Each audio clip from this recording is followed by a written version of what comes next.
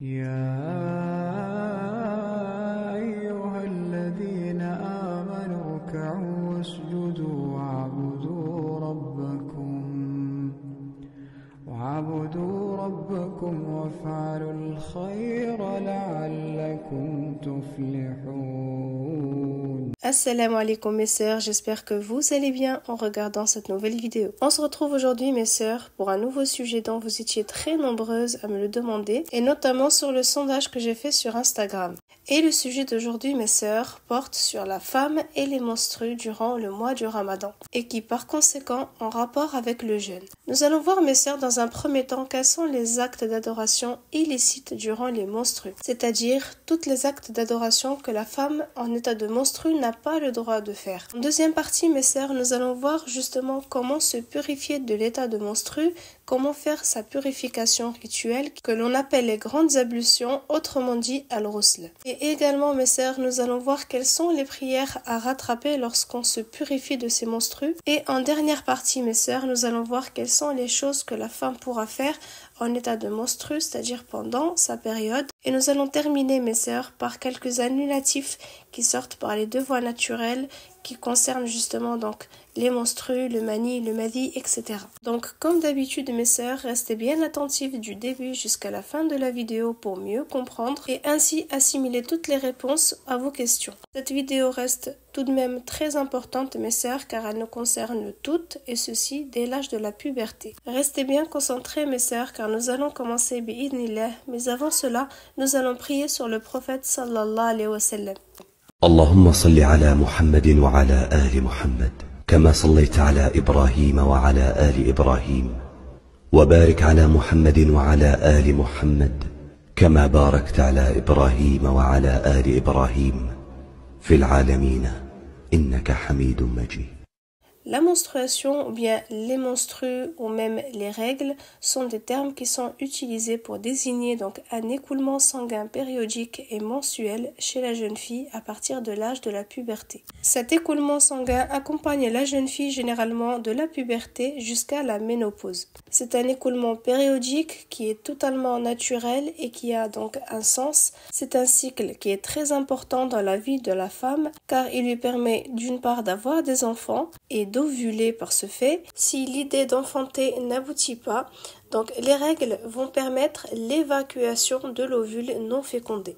Et par ce fait, donc on a cet écoulement de sang. Dans le cas contraire, mes sœurs, et s'il y a une grossesse, les règles sont interrompues jusqu'à donc l'accouchement et seront déclenchées naturellement par l'arrivée de bébés. Et c'est ce qu'on va appeler, mes sœurs, les lochis. Donc en cas de ces deux écoulements, mes sœurs, que l'on appelle donc les menstrues ou bien les lochis, la femme n'a pas le droit de faire certaines adorations dans notre religion. C'est-à-dire que la femme doit interrompre immédiatement dès l'apparition de ce sang certaines adorations jusqu'à sa purification.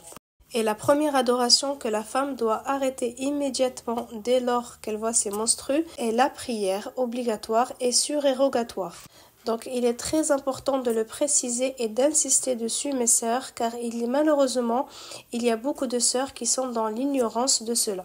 À savoir également mes sœurs que le fait de faire le tawaf ou bien la circumambulation autour de la Kaaba est également considéré comme étant une prière. À la seule différence, c'est que pendant le tawaf, il est toléré de parler contrairement à la prière normale. Et bien sûr, le fait de parler pendant le tawaf donc ne concerne pas les choses mondaines de ce bas monde. Donc l'interdiction vient par ce hadith du prophète sallallahu alayhi wa sallam dans lequel il dit: n'est-ce pas que la femme qui a ses règles ne prie pas et ne jeûne pas? Et c'est rapporté dans les deux sahih. Donc on comprend mes sœurs que par ce hadith, il y a une interdiction pour la femme de prier lors de ses menstrues. Alors est-ce que nous devons rattraper ces jours de prière non accomplis durant cette période? La réponse est non. Donc on ne rattrape pas ni les prières obligatoires ni les prières surérogatoires. Alors quelle prière elle doit rattraper après sa pureté rituelle, c'est-à-dire dès lors qu'elle aura plus ses menstrues et dès lors qu'elle aura pris son bain rituel qui sont les grandes ablutions. Alors il faut savoir mes sœurs que si la femme devient pure avant le adhan du maghrib, elle devra quand même accomplir salat al-dhuhr et al-asr. En revanche, si elle constate qu'elle est pure après l'adhan du maghrib, dans ce cas-là, elle devra accomplir salat al-maghrib et al-isha et ainsi de suite.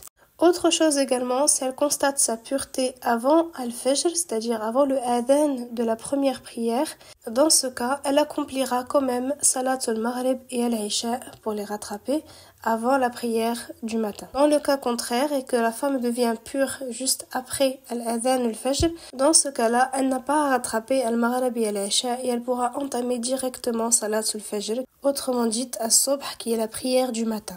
Une autre parenthèse concernant les ablutions, mes sœurs, il est inutile de les faire puisque la femme, elle est en état d'impureté majeure et qui sont les menstrues et que même en ayant les ablutions, elle sera toujours dans cet état d'impureté jusqu'à l'arrêt complet de l'écoulement sanguin. Et techniquement, même en ayant les ablutions, cela ne lui permet pas d'être pure et de faire la prière ou d'autres adorations.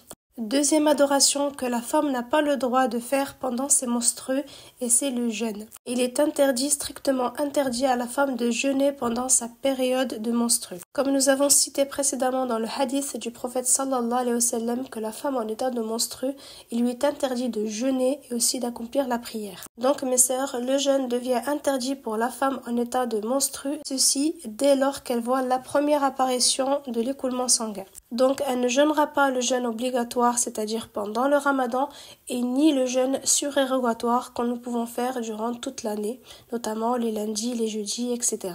Donc, est-ce que le jeûne non jeûné est à rattraper? Alors la réponse est oui concernant le jeûne du ramadan qui est un jeûne obligatoire et qui fait partie de l'un des piliers de l'islam. Pendant le ramadan, mes sœurs, il est logique et naturellement que la femme ait ses menstrues pendant cette période-là. Toute jeune fille dès l'âge de la puberté ainsi que toutes les femmes ont leurs menstrues pendant cette période-là, comme pendant tous les mois de l'année, sauf pour les femmes ménopauses qui seront dispensées des règles et qui par ce fait pourront jeûner tout le mois du ramadan sans problème et sans interruption. Je disais donc que les jours non jeûnés pendant le mois du ramadan sont à rattraper pendant le reste de l'année. Et c'est une obligation, mes sœurs, de rattraper ces jours non jeûnés. Et pour cela, mes sœurs, il n'y a pas une période donnée et nous avons toute l'année pour les rattraper. Excepté, mes sœurs, pour les jours de fête comme l'Aïd al-Fitr ou bien l'Aïd al-Adha. Cependant, mes sœurs, une autre condition, c'est qu'ils doivent être rattrapés avant l'arrivée du prochain ramadan. Et bien sûr, mes sœurs, avant de reprendre le jeûne, il faut obligatoirement avoir ces grandes ablutions et être en état de pureté rituelle. Et là, bien sûr, je parle lorsque la femme est en état de menstrues. Un conseil supplémentaire, mes sœurs, c'est de noter le nombre de jours non jeûnés pendant votre période et durant le mois du ramadan, et ceci pour ne pas vous tromper et rattraper exactement le nombre de jours non jeûnés. Concernant les sœurs qui me posent la question sur les annulatifs du jeûne, il y a bien sûr le fait de boire, de manger et de s'abstenir sur des choses mauvaises. Et également, donc, les menstrues font partie des annulatifs du jeûne. On a également et certainement les rapports intimes entre les époux, ceci précisément durant la journée du jeûne et non pas bien sûr entre le Maghrib et le Fajr, où cela est autorisé. Également associé aux rapports conjugaux, nous avons le mani, qui est le liquide séminal. C'est un liquide qui est éjaculé, que ce soit pour la femme ou pour l'homme, afin de rassasier ou d'assouvir une envie. Ce liquide-là, mes sœurs, annule le jeûne, que ce soit pour la femme ou bien pour l'homme. Je l'explique mieux en long et en large sur la vidéo où je parle des pertes blanches. Donc ce liquide-là, mes sœurs, si vous l'avez, c'est que vous avez perdu votre journée de jeûne et que vous devez obligatoirement continuer votre jeûne jusqu'au adhan du Maghrib et le rattraper par la suite avec une expiation également. En ce qui concerne le madi, mes sœurs, qui est le liquide préséminal, celui-ci n'annule pas le jeûne s'il est émis involontairement, c'est-à-dire par les pensées que nous ne pouvons pas contrôler, par un rêve, par une vision, par une image. Cela n'impacte pas le jeûne, mais nécessite de faire les ablutions afin d'accomplir la prière. En revanche, si ce liquide est provoqué volontairement, c'est-à-dire par un acte ou bien par un attouchement, cela est détestable et par conséquent peut annuler le jeûne, au même titre que le mani. Et concernant les pertes blanches, mes sœurs, pour les sœurs qui se poseraient la question, cela n'annule pas le jeûne également. À noter également, mes sœurs, que pendant la période du ramadan, si la femme est en période de menstrues, elle a le droit de manger et de boire pendant cette période. Et il est fortement déconseillé pour elle de prendre des pilules contraceptives afin d'arrêter ses menstrues, pour but de jeûner le mois entièrement sans interruption. Et sachez, mes sœurs, que si Allah Azza wa Jal a permis cela à la femme, c'est qu'il y a une sagesse derrière cela. Troisième adoration que la femme n'a pas le droit de faire lorsqu'elle est en état de menstrues, c'est le fait de toucher ou de lire le Saint-Coran. En effet, mes sœurs, il y a plusieurs hadiths dans lesquels il est mentionné que la femme en état de menstru n'a pas le droit de réciter ni de toucher le Saint-Coran. Et cela car tout simplement la femme est en état d'impureté majeure, comme nous l'avons précisé précédemment. Malgré qu'il y a certains savants donc qui l'interdisent, d'autres savants l'autorisent sur certaines conditions. Mais ce qui est certain, mes sœurs, c'est que Allah Azza wa Jal nous confirme dans le Saint-Coran, dans la sourate Al-Waqi'a qui est l'événement, dans le verset 77, et c'est certainement un Coran noble, dans un livre bien gardé, que seuls les purifiés touchent. Seuls les purifiés touchent. Donc on a rappelé que la femme en état de menstru, elle était impure. Et là, dans ce verset, Allah Azza wa Jal nous explique bien que seuls les purifiés le touchent. Et il faut savoir, mes sœurs, que la parole d'Allah, elle est noble et sacrée, et qu'on ne doit pas faire n'importe quoi sous prétexte que. Et essayons, mes sœurs, d'avoir le plus de respect possible pour ce noble Coran qui a été révélé sur notre prophète sallallahu alayhi wa sallam. Et cela vaut également sur les autres moyens comme les smartphones, les tablettes, les ordinateurs, etc. Autre chose à savoir, mes sœurs, hormis le fait d'être en état de menstru, il est strictement interdit de toucher le Coran lorsqu'on n'a pas ses ablutions, sauf en cas d'extrême où le Coran se retrouve dans un endroit impur ou bien on veut le déplacer obligatoirement. Nous devons utiliser donc soit des gants, soit un morceau de tissu pour pas le toucher directement. Cependant, il est autorisé à la femme en état de menstru d'écouter le Saint-Coran car il n'y a aucune interdiction à cela. Quatrième chose interdite pour la femme indisposée, c'est le fait de rentrer dans une mosquée.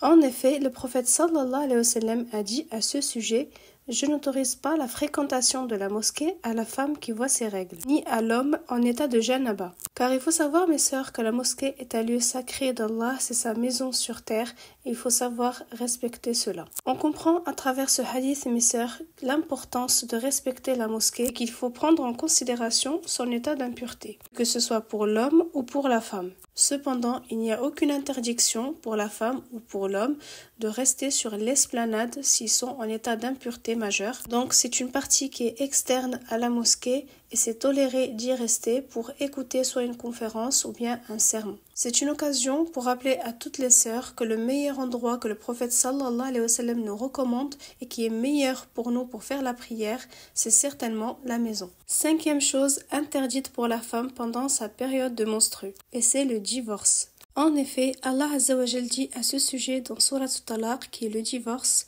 Ô prophète, quand vous répudiez les femmes, répudiez-les conformément à leur période d'attente prescrite. Et divorcer pendant cette période est strictement interdit, que le divorce soit à la demande du mari ou bien à la demande de la femme. Dans les deux cas, et pour que le divorce soit conforme, la femme doit être en état de pureté rituelle. Et c'est ce que nous allons voir, mes sœurs, à la suite de cette vidéo. Avant de procéder aux grandes ablutions, mes sœurs, assurez-vous d'être pure à 100%. Et pour cela, mes sœurs, vous devez vérifier votre serviette hygiénique pour voir si vous avez les pertes blanches, qui indiquent donc la fin des menstrues, ou bien tout simplement la propreté. S'il n'y a pas les pertes blanches et que votre serviette est propre, cela est également un indicateur de fin de cycle. En revanche, si vous voyez toujours qu'il y a quelques gouttes ou bien des écoulements liés à la menstruation, vous devez quand même attendre et patienter jusqu'à avoir la pureté complète. Et comme il est rapporté dans un hadith sur Aïcha radiallahu anha, lorsqu'elle a été interrogée par les femmes au sujet des menstrues et leur fin, elle leur a conseillé de patienter et de ne pas se précipiter jusqu'à voir sa pureté. Comment se passent les grandes ablutions après les menstrues? Pour commencer, la femme doit défaire ses cheveux, c'est-à-dire si elle a des tresses ou autres, ses cheveux doivent être complètement défaits. Elle peut procéder à un lavage normal avec du shampoing, de l'après-shampoing, tous les soins qu'elle peut porter à ses cheveux. Elle peut ensuite passer au lavage du corps en utilisant un gant pour exfolier d'abord sa peau, en utilisant aussi des savons qui sont spécifiques à cela, au gommage du corps. Elle peut notamment utiliser des gels douche. Elle peut retirer aussi les poils disgracieux de tout son corps. Surtout d'insister et de bien laver donc ses parties intimes, utilisant un gel intime qui est prévu à cet effet. Et donc, après avoir fait tout cela, après avoir bien nettoyé tout son corps et ses cheveux, et après avoir bien rincé tous les produits, à ce moment, on peut commencer à faire le lavage de la sunna. Et pour cela, mes sœurs, nous allons utiliser uniquement de l'eau pure, c'est-à-dire sans plus utiliser de savon, ni shampoing, ni quoi que ce soit d'autre, mis à part de l'eau pure. On place l'intention dans le cœur et on dit Bismillah. On commence par se laver les mains, ensuite laver ses parties intimes, faire les petites ablutions, c'est-à-dire laver 3 fois sa bouche, 3 fois son nez, 3 fois son visage et ainsi de suite. Ensuite, on lave le côté droit du corps, du cou jusqu'aux pieds. On lave le côté gauche, du cou jusqu'aux pieds.